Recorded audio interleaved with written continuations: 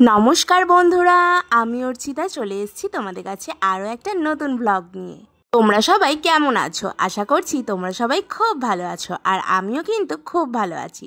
আজকের সারাদিনের কিন্তু খুব একটা ব্যস্ততম দিনের লাইফ নিয়ে তোমাদের কাছে চলে এসেছি, কারণ আজ প্রচুর কাজকর্ম ছিল সংসারে, আর প্রচুর রান্না বাড়া খাওয়া দাওয়াও ছিল। সব কিছু তোমরা দেখতে থাকো।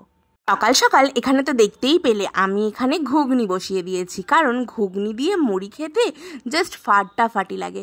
তাই ঘুগনি মুড়ি এখানে রেডি। এই যে দেখো কত গেস্ট এসেছে আমাদের বাড়িতে। এটা আমার দিদি, তারপরে এইদিকে এই যে আমার পিসি, ওইদিকে বড়মশাই খাচ্ছে। সবাইকে কিন্তু আমি ঘুগনি, মুড়ি, চানাচুর, ডিমের অমলেট করে দিয়েছিলাম। তারপরে সকালের টিফিনই শেষ। এইবার চলে এলাম দুপুরের আয়োজনে। দুপুরে ছিল মাটন, মাছের ঝাল, আরও অনেক অনেক অনেক কিছু। তোমরা দেখতে থাকো, কারণ স্পেশাল আরও একজন আসবে। এই দেখো ঝাল ঝাল লাল লাল মাটন কিন্তু আমার রেডি। এই আলু দিয়ে মটনের পাতলা ঝোলটা খেতে গরম গরম ভাত দিয়ে অসাধারণ লাগে। আর কুকার থেকে ঢেলেই একদম গরম গরম ধোঁয়া ওঠা মাটন আমি তোমাদের সাথে শেয়ার করে নিলাম। আর চলো দেখে নাও আমি দুপুরবেলা কি কি রান্না করেছি, এক এক করে দেখতে থাকো। সবার প্রথমেই তো দেখে নিলে লাল লাল ঝাল ঝাল মাটন। ওফ, পুরো একদম রোগান জোস, হেভি লাগে।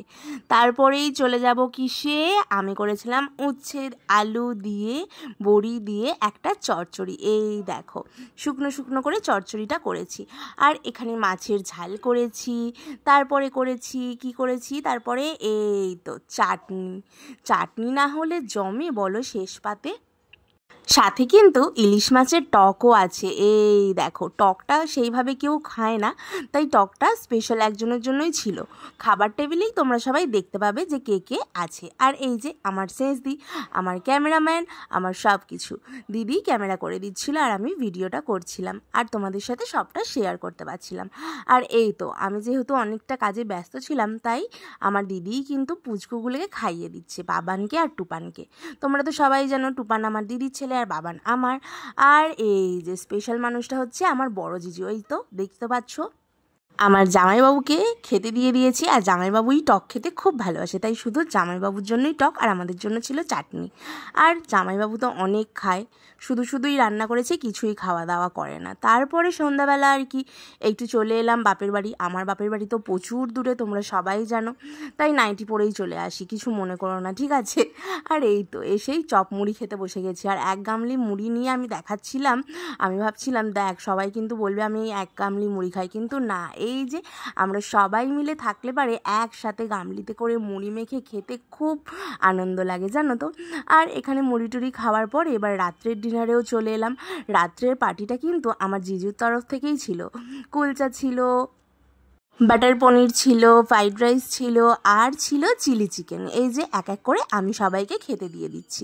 প্রথমেই বাবান টুপানের জন্য রেডি হচ্ছিল খাবার দাবার, ওরা একটু কুলচা টুলচা দিয়ে খাবে।